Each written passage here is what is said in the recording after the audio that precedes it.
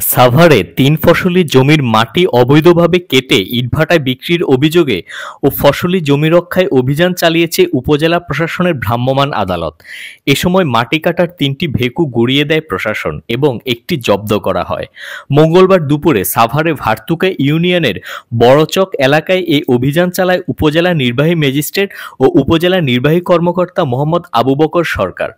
অভিযানে এ সময় বড়চকের বিস্তীর্ণ ৩ ফসলি জমির মাঠের একাধিক জমিতে ৪টি ভেকু দিয়ে মাটি কাটবার আলামতের দেখা মেলে।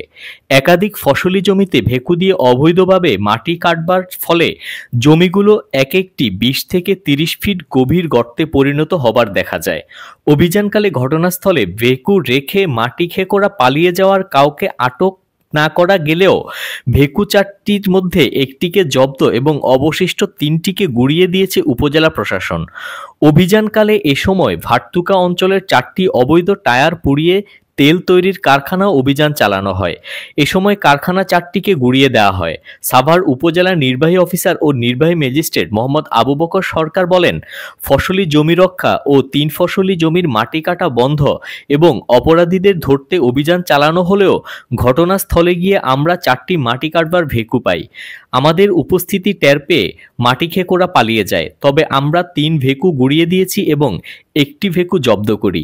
এ সময় পরিবেশের ক্ষতি করে ৪টি টায়ার পুড়িয়ে ফার্নিশ তেল তৈরির অবৈধ কারখানায়ও অভিযান পরিচালনা করে গুঁড়িয়ে দেওয়া হয়েছে।